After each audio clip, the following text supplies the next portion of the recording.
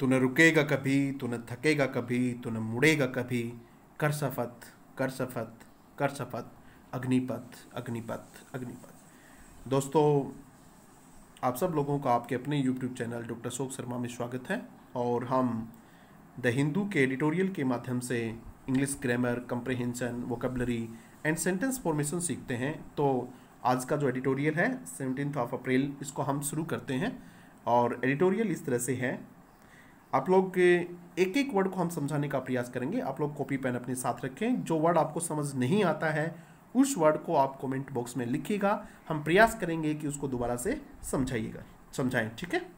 तो ये आज का अपना टाइटल है, अक्रॉस द गल्फ, ठीक है।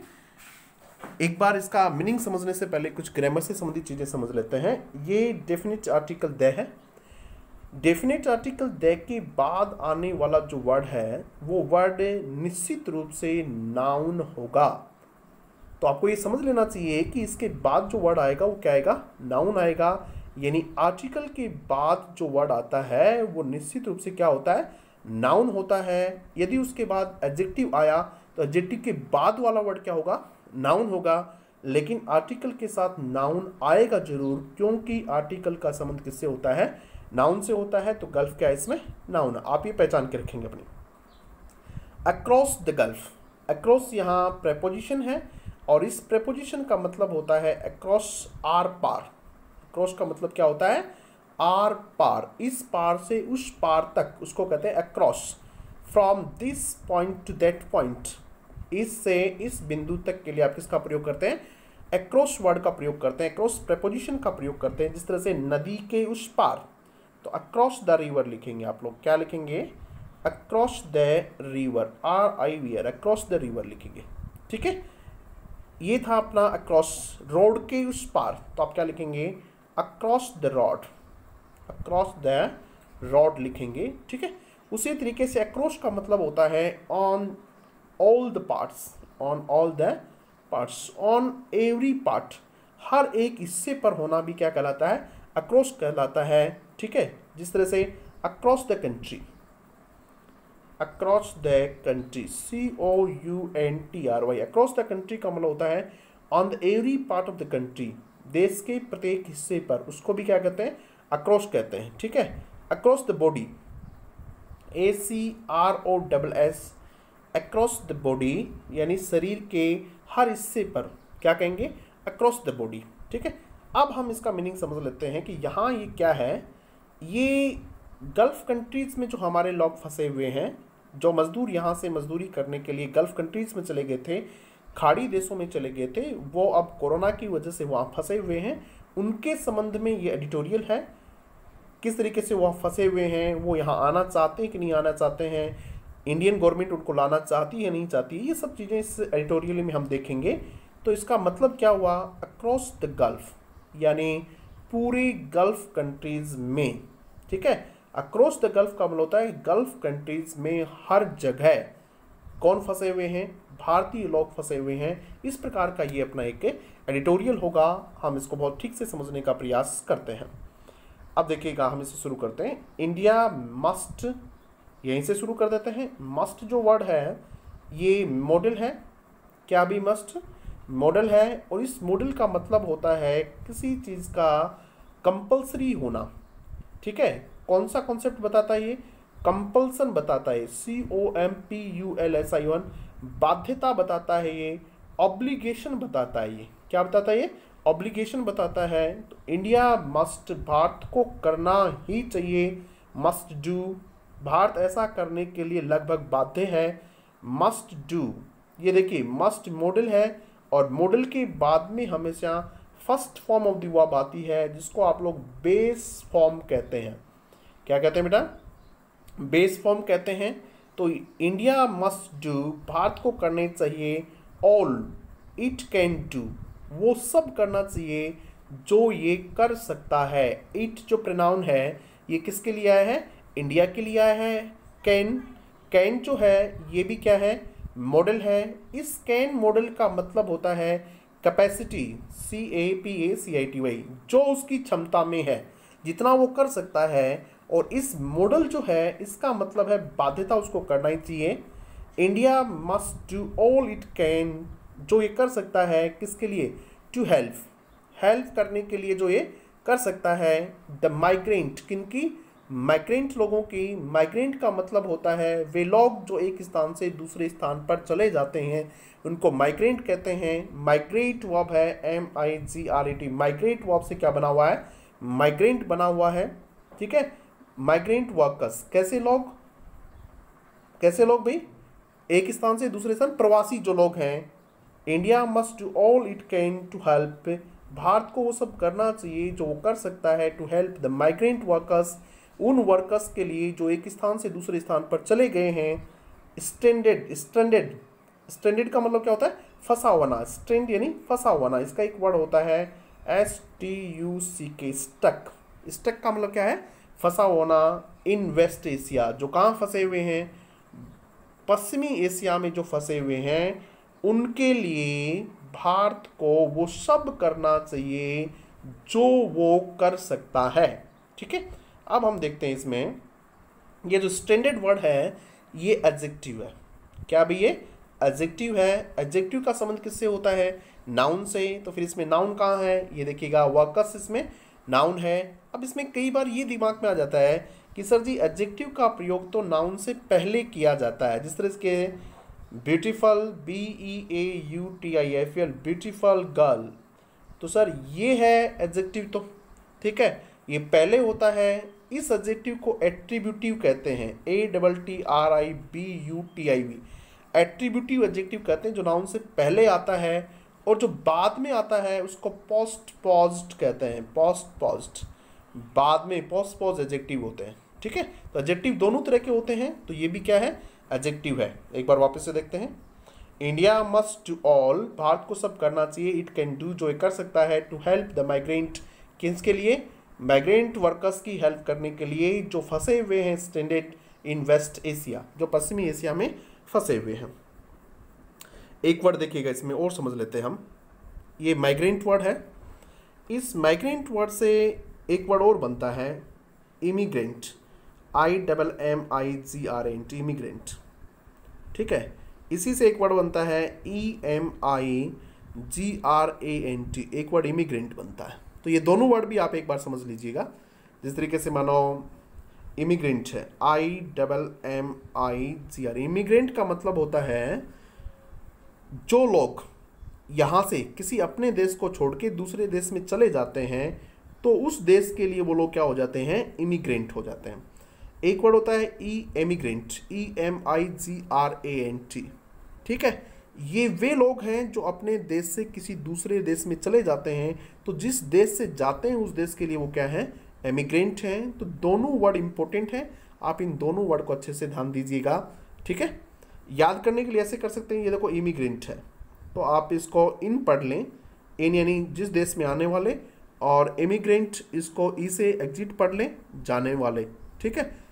थोड़ा और समझा देता हूँ, चलो ठीक है। जिस तरह से ए आदमी है, ये इंडिया का आदमी है, और ये मानो US से चला गया, ठीक है, तो ये इंडिया से तो गया है, ठीक है, तो इंडिया के लिए क्या है, EMIGRANT है, इमिग्रेंट है।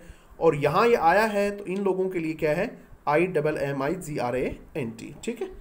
तो यहाँ तक चीज़ें आपके समझ आ गई होगी। अब हम आगे बढ़ते हैं।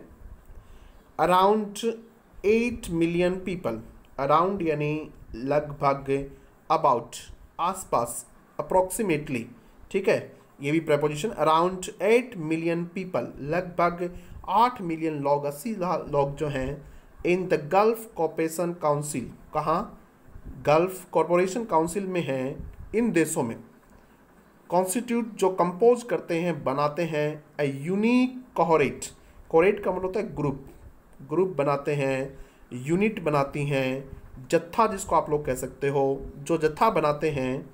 अमंकिन में इंडियन डायस्फेरा, भारतीय डायस्फेरा का मतलब होता है जिस तरीके से अप्रवासी कह सकते हो आप लोग। डायस्फेरा का मतलब क्या होता है, अप्रवासी का मतलब होता है ग्रुप ऑफ पीपल, लोगों का एक ऐसा समूह है जो दूर दूर जाके कहीं रहना शुरू कर देता है। जिस तरह से भारत के लोग हैं, कोई USA में रह रहा है, कोई USSR में रह रहा है, कोई गल्फ कंट्रीज़ में रह रहा है, तो वो सब क्या है, इंडियन डायस्फेरा हैं, भारतीय अप्रवासी हैं। Around 8 million people in the Gulf Cooperation Council countries, इन देशों में कॉन्स्टिट्यूट्स जो बनाते हैं यूनिक कोरेट, उनका एक अद्भुत सा क्या है ग्रुप बनता है, किनमें, अमंग इंडियन डायस्पोरा कम्युनिटीज़, भारतीय अप्रवासी समाजों में, अराउंड द वर्ल्ड, जो पूरे समाज हैं पूरे विश्व में फैले हुए हैं, भारतीय अप्रवासी लोग पूरे विश्व में फैले हुए हैं, उनमें भी लगभग 80 लाख लोग, 8 मिलियन लोग जो कहाँ रह रहे हैं, गल्फ कंट्रीज़ में रह रहे हैं, वे अपना एक अलग सा ही क्या बनाते हैं, समूह बनाते हैं। एक चीज़ और इसमें समझ लो भैया आप थोड़ा सा, अब ये देखिए यूनिक वर्ड है और इससे पहले क्या लगाया हुआ है, ए लगाया हुआ है, ठीक है, जबकि ये किससे शुरू हो रहा है, यू से शुरू हो रहा है, AEIOU, ठीक है, तो उनसे पहले तो किसका प्रयोग होना चाहिए, एन का प्रयोग होना चाहिए, लेकिन एन का नहीं हो रहा है क्योंकि ये कैसे लिखा जाता है, यूनिक लिखा जाता है, ठीक है। आर्टिकल में हमने पढ़ा है, अभी एक कोर्स हमने और शुरू किया हुआ है कॉम्पिटिटिव इंग्लिश ग्रामर का, जिसकी लाइव क्लास रोजाना शाम को 9 बजे होती है, तो आप उसमें देख सकते हैं, उसमें अभी आर्टिकल पढ़ा रहे हैं। तो यहाँ क्या आना चाहिए था, ए यूनिक होना चाहिए था, क्या नहीं होना चाहिए था, एन यूनिक नहीं होना चाहिए था, ठीक है। ए यूनिक कोरेट का मतलब ग्रुप होता है among Indian diaspora communities around the world, ठीक है। आगे देखिएगा, अराउंड 50%, फिर वही है अराउंड, अप्रोक्सीमेटली, लगभग 50% ऑफ देम, उनमें से 50%, किन में से, जो अभी 8 मिलियन लोग फैले हुए हैं, कहाँ, गल्फ कंट्रीज में, क्या बनाते हैं वो, भारतीय डायस्पोरा अप्रवासी जो लोग हैं, उनमें से अपना एक विशेष ग्रुप बनाते हैं, वे लोग आर अनस्किल्ड, वे क्या हैं, उनमें से कितने लोग, 50% लोग आर अनस्किल्ड, स्किल्ड इसका ऑपोजिट है क्या है, अनस्किल्ड, जो दक्ष नहीं है, जो प्रशिक्षित नहीं है, जो कुशल नहीं है, जो दक्ष नहीं है, प्रशिक्षित नहीं है, ट्रेंड नहीं है, एग्जैक्ट वर्ड यदि हम कहा जाए तो क्या है, ट्रेंड नहीं है, जो एक्सपर्ट नहीं है, जो क्या नहीं है, एक्सपर्ट नहीं है, अनस्किल्ड हैं, कितने लोग, 50% एंड अनदर 30%, और 30%, 50% और दूसरे कितने, 30% आर सेमी स्किल्ड, उनमें से 50% लोग तो बिल्कुल भी स्किल्ड नहीं हैं, और उनके बाद जो 30% हैं वो क्या है, सेमी स्किल्ड हैं, यानी अर्ध प्रशिक्षित हैं, थोड़ा बहुत प्रशिक्षण उनको मिला हुआ है। ओनली ए स्मॉल, सिर्फ थोड़ा सा, माइनॉरिटी, कम संख्या वाले लोग, जो कितने हैं, 20% लोग हैं, ऑफ देम, उनमें से 20% लोग आर स्किल्ड, कितने लोग हैं, सिर्फ भाई 20% लोग उनमें से क्या है, स्किल्ड हैं, दक्ष हैं, ट्रेंड हैं, एंड लुक्रेटिवली एम्प्लॉयड, और उनको लुक्रेटिवली का मतलब होता है प्रॉफिटेबिलिटी, लुक्रेट वर्ड होता है प्रॉफिट, ठीक है, लुक्रेटिव प्रॉफिटेबल, लुक्रेटिवली प्रॉफिटेबिलिटी, प्रॉफिटेबली, ठीक है, यानी लाभप्रद तरीके से, अच्छे तरीके से, लुक्रेटिवली का मतलब होता है कि allowing them to earn a lot of money, जिसमें बहुत ज़्यादा पैसा आता हो, जिसको हिंदी में एक वर्ड कहते हैं मालदार, ठीक है, और उनमें से 20% लोग स्किल्ड भी हैं और लुक्रेटिवली एम्प्लॉयड भी हैं, एम्प्लॉयड यानी उनको काम मिला हुआ है, वो भी कैसा, लुक्रेटिव, अच्छा काम मिला हुआ है उनको, ठीक है। अब देखिए लुक्रेटिवली वर्ड काम भी क्यों लिया हुआ है, क्योंकि एम्प्लॉयड क्या है, एडजेक्टिव है, और एडजेक्टिव को जो वर्ड मॉडिफाई करते हैं वो क्या होनी चाहिए, एडवर्ब होनी चाहिए, इसलिए ये जो वर्ड लुक्रेटिवली है ये क्या है, एडवर्ब, ठीक है। 20% of them are skilled and lucratively employed, but all these migrant workers, लेकिन ये सब भी माइग्रेंट वर्कर्स, ये सारे के सारे प्रवासी जो काम करने वाले हैं, टुगेदर, साथ मिलके, फॉर्म, ऊपर एक वर्ड आता है कॉन्स्टिट्यूट, अभी कंपोज मतलब था उसका, यहाँ भी उसका यही मतलब है, ये सारे लोग साथ मिलके बनाते हैं the backbone of India's ties with the region, Bharat के क्या बनाते हैं, ये बैकबोन बनाते हैं, बैकबोन का मतलब आधार बनाते हैं, बेस बनाते हैं, रीढ़ की हड्डी हमारा आधार होती है, तो क्या बनाते हैं, बेस बनाते हैं, form the backbone of India's ties, Bharat के संबंधों का आधार बनाते हैं, विद द रीजन, कौन से क्षेत्र से, गल्फ रीजन से, ठीक है। अभी क्या समझाया है पूरे में ये समझाया है कि लगभग देखिएगा कितने लोग, 8 मिलियन लोग कहाँ रहते हैं, जीसीसी में रहते हैं और वो क्या बनाते हैं, अपना एक अलग ही यूनिक कोहरेट बनाते हैं। किन में? अप्रवासी भारतीयों में, जो पूरे देश संसार भर में फैले हुए हैं। उनमें से 50% लोग अनस्किल्ड हैं, उसके बाद 30% लोग सेमी स्किल्ड हैं, ओनली ए फ्यू, थोड़े से लोग, माइनॉरिटी कितना, 20% लोग उनमें से स्किल्ड हैं और लुक्रेटिवली एम्प्लॉयड हैं, उनको अच्छा जॉब भी मिला हुआ है, अच्छी आमदनी वाला। बट लेकिन ऑल दीज माइग्रेंट, ये सब वर्कर्स टुगेदर साथ मिलके क्या बनाते हैं, बैकबोन बनाते हैं किसकी, ऑफ इंडिया टाइज, भारत के संबंधों की विद द रीजन, किस, इस क्षेत्र की। अब आगे बढ़ते हैं अपन। देयर, किनका, ये जितने भी माइग्रेंट्स हैं, जितने भी प्रवासी जो मजदूर हैं, इनके देयर कंट्रीब्यूशन, उनका योगदान, ऑफ नियरली 40%, कितना, लगभग 40% उनका योगदान है ऑफ द टोटल, किसमें, उनका जो योगदान है कंट्रीब्यूशन, वो कितना है, ऑलमोस्ट 40% है, नियरली 40% है of the total foreign exchange remittance. Foreign exchange, इस वर्ड को आप देखिएगा, फॉरेन एक्सचेंज का मतलब होता है जो विदेश से पैसा आता है, विदेशी मुद्रा जिसको आप लोग कह सकते हैं, उसमें रेमिटेंस का मतलब होता है सेंट मनी, भेजा हुआ पैसा, जिसको भारत से बाहर जो मजदूर काम कर रहे हैं वे जो अपना पैसा भेजते हैं उसको रेमिटेंस कहते हैं, ठीक है। उस पैसे में 40% जो टोटल आ रहा है, उस 100% जो आ रहा है उसमें से 40% तो सिर्फ इन्हीं लोगों से आ रहा है। किन लोगों से आ रहा है? जो कहाँ रह रहे हैं भी, गल्फ कंट्रीज में रह रहे हैं। तो क्या कह रहे हैं, their contribution of nearly 40% of the total foreign exchange remittances to India, Bharat में जो टोटल विदेशी पैसा आ रहा है उसमें 40% इनके द्वारा भेजा हुआ पैसा आ रहा है, इज क्रिटिकल, वो बहुत महत्वपूर्ण है। क्रिटिकल का मतलब होता है सिग्निफिकेंट होता है, SIGNIFICENT, सिग्निफिकेंट होता है, वाइटल, VITL वाइटल होता है, पिवोटल PIVOTL पिवोटल होता है, ठीक है। ये सब इसके क्रिशियल होता है, क्रिटिकल होता है, CRUCIL क्रिशियल होता है, वो बहुत इंपॉर्टेंट है किसके लिए, टू इट्स इकोनॉमी, इसकी अर्थव्यवस्था के लिए।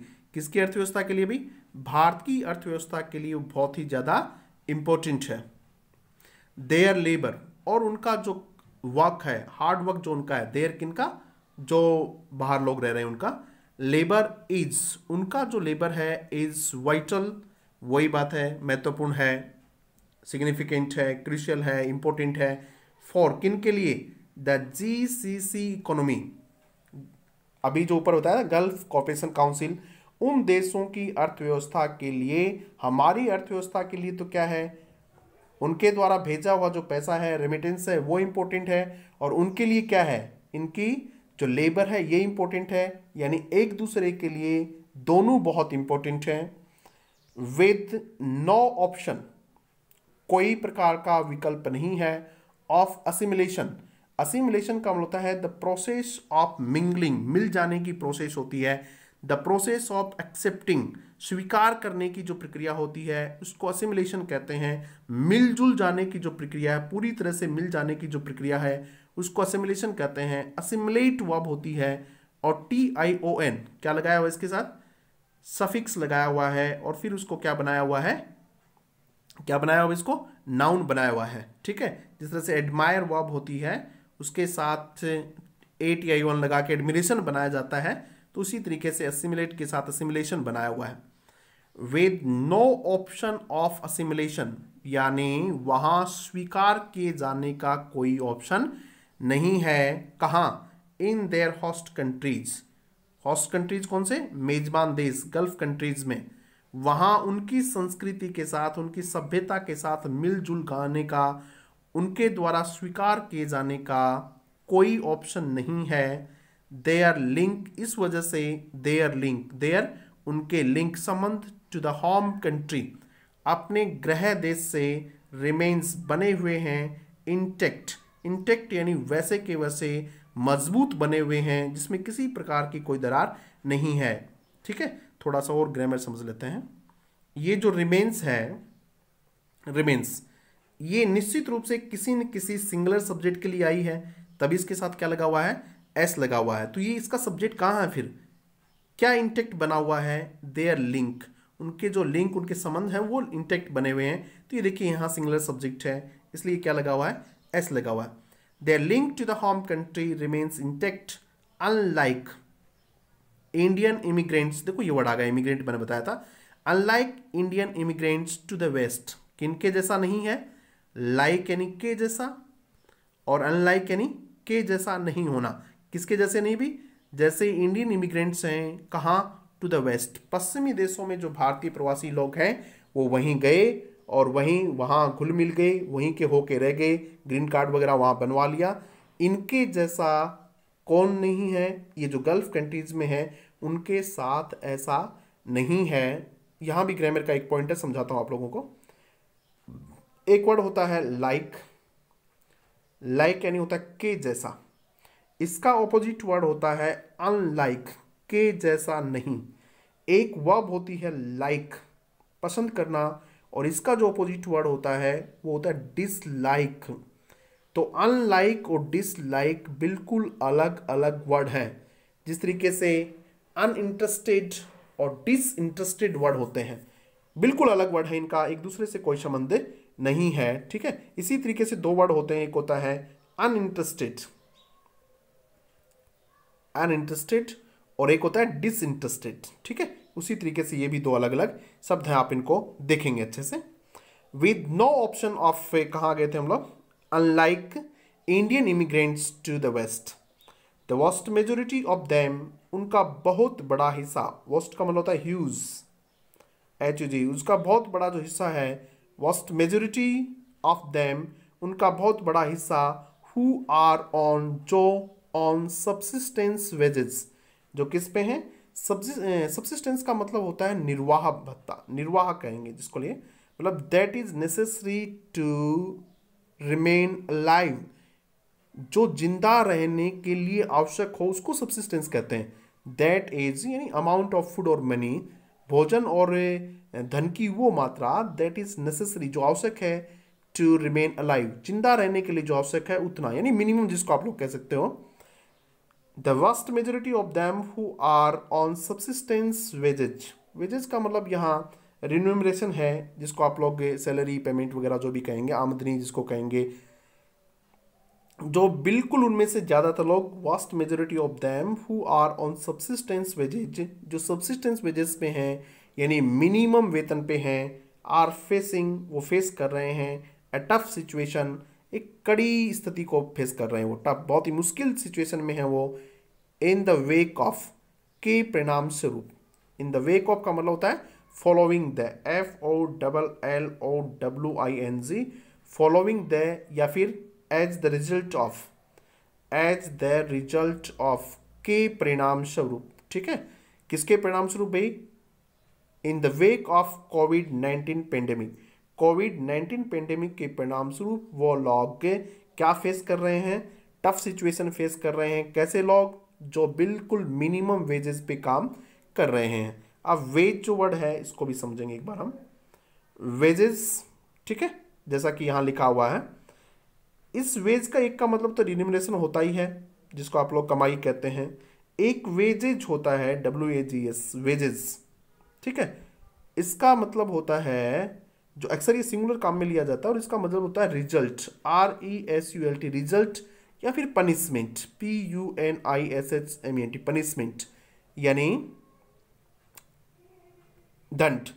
एक एग्जाम्पल आपने बहुत बार सुना होगा, the wages of sin, the wages of sin is death, the wages of sin is death. देखो वेजेज ऑफ सिन इज लिखते हैं इसमें, यानी पापों की जो सजा है, पापों का जो परिणाम होना है वो क्या होना है, मौत होना है। तो ये वर्ड भी आपको एक समझ लेना चाहिए था, ठीक है। The vast majority of them who are on subsistence wages are facing tough situation, कैसी सिचुएशन फेस कर रहे हैं, टफ सिचुएशन। ये देखिएगा टफ एडजेक्टिव है इसका, सिचुएशन नाउन है इसलिए ए का प्रयोग हो गया है। In the wake of, idiom था मैंने आपको बताया, एज द रिजल्ट ऑफ कोविड-19 pandemic, from the little information, from the little information, थोड़ी सी सूचना जो प्राप्त हुई है। अब ये समझिएगा, द लिटिल यूज हुआ है, इसका मतलब इसके बाद आने वाला जो नाउन है इन्फॉर्मेशन, ये निश्चित रूप से अनकाउंटेबल है। कैसा है भाई? ये निश्चित रूप से अनकाउंटेबल है। ठीक है, क्योंकि लिटिल का प्रयोग सिर्फ किसके साथ होता है? अनकाउंटेबल के लिए होता है। कई बार एग्जाम में आता है ये इंफॉर्मेशन के साथ क्या लिख देते हैं? इंफॉर्मेशंस लिख देते हैं, एस लगा देते हैं, जो कि बिल्कुल क्या है? गलत होता है एकदम भी। ठीक है, द लिटिल इंफॉर्मेशन, थोड़ी, पूरी की पूरी इंफॉर्मेशन। द लिटिल जितनी भी इंफॉर्मेशन थोड़ी थी वो सब अवेलेबल जो उपलब्ध है उससे, फ्रॉम एन से, इट अपीयर्स ऐसा महसूस होता है, ऐसा प्रतीत होता है, ऐसा सीम वर्ब किसके काम आता है? ये ऐसा लगता है दैट कि इंडियंस आर बैडली हिट, भारतीय लोग बुरी तरीके से, बैडली हिट एडवर्ब है। बैडली हिट किसके द्वारा? बुरी तरह से प्रभावित हुए हैं, बाय द डिजीज, रोग से बुरी तरह से प्रभावित हुए हैं। द डिजीज, कौन से रोग की बात कर रहे हैं? द लगाया है, इसका मतलब हमें पता है किस रोग की बात कर रहे हैं। कौन सा है? कोविड-19। लिविंग एंड वर्किंग कंडीशंस, कैसी कंडीशन? उनके रहने की या जिंदा रहने की जो कंडीशन है, लिविंग एंड वर्किंग कंडीशंस, और काम करने की जो कंडीशन है, मेक इट, देखो एंड से जुड़ा हुआ सब्जेक्ट है इसलिए प्लूरल वर्ब आई है। ठीक है, लिविंग कंडीशंस और कैसी? वर्किंग कंडीशंस, इसलिए क्या आया है? मेक आया है, प्लूरल वर्ब आई है। ध्यान से समझिएगा आप हर चीज को। Living and working conditions make it extremely difficult, उसने इसको बहुत ज़्यादा मुश्किल बना दिया है। एक्सट्रीमली एडवर्ब है, किसके लिए? एडजेक्टिव के लिए। जो एडजेक्टिव को मॉडिफाई करती है उसको भी क्या कहते हैं? एडवर्ब कहते हैं। तो ये एडवर्ब है यहाँ। Make it extremely difficult for them, उनके लिए बहुत ज़्यादा मुश्किल बना दी है। टू प्रैक्टिस, क्या प्रैक्टिस करने के लिए? सोशल डिस्टेंसिंग, कि वो क्या व्यवहार में नहीं ला सकते? सोशल डिस्टेंसिंग व्यवहार में नहीं ला सकते। क्यों? Because of their living and working conditions, और गेट ट्रीटमेंट, और ट्रीटमेंट नहीं ले पा रहे हैं। इफ इन्फेक्टेड, यदि क्या हो गए तो इन्फेक्टेड हो रहे हैं, तो वो न तो सोशल डिस्टेंसिंग फॉलो कर पा रहे हैं और न ही ट्रीटमेंट ले पा रहे हैं। किसी वजह से? वर्किंग कंडीशंस और लिविंग कंडीशंस की वजह से। ठीक है, बस आज यहीं इसको रोकना पड़ेगा। अब हमने एक तरीका और शुरू किया है आज, नया एक्सपेरिमेंट। वीडियो के अंत में मैं आप लोगों को एक ईडियम ऑफ द डे बताया करूंगा, IDIOM, idiom of the day, यानी आज के दिन का एक ईडियम। इस बहाने आप रोजाना एक ईडियम सीखेंगे, एक मुहावरा सीखेंगे, और धीरे धीरे करके हमारा वर्ड पावर मजबूत हो जाएगा। ईडियम्स जो हैं वो हर एग्जाम में पूछे जाते हैं, चाहे कोई भी एग्जाम हो, वो किसी भी तरह की एग्जाम हो, ऐसी कोई एग्जाम नहीं जिसमें ईडियम नहीं पूछे जाते हों। तो मैं आप लोगों को एक ईडियम बताऊंगा आज, और आप लोग उसका मीनिंग जो है वो मुझे कमेंट बॉक्स में जरूर लिख के बताएंगे। कल वाले वीडियो में मैं शुरुआत में ही उसका मीनिंग आप लोगों को बताऊंगा। तो आज का जो ईडियम है वो है cream of the crop, CREAM, cream of the crop, CROP। आपको इस ईडियम का मीनिंग बताना है, क्रीम ऑफ द क्रॉप। क्या भाई? क्रीम ऑफ द क्रॉप पे। और इस ईडियम का मीनिंग जो है, इसका सेंटेंस में प्रयोग जो है वो आप कमेंट बॉक्स में जरूर लिखेंगे। यदि चीज़ें आपको पसंद आई हों, आपको अच्छा लगा हो, तो लाइक जरूर कीजिएगा, अपने साथियों के साथ साझा जरूर कीजिएगा। Thank you very much.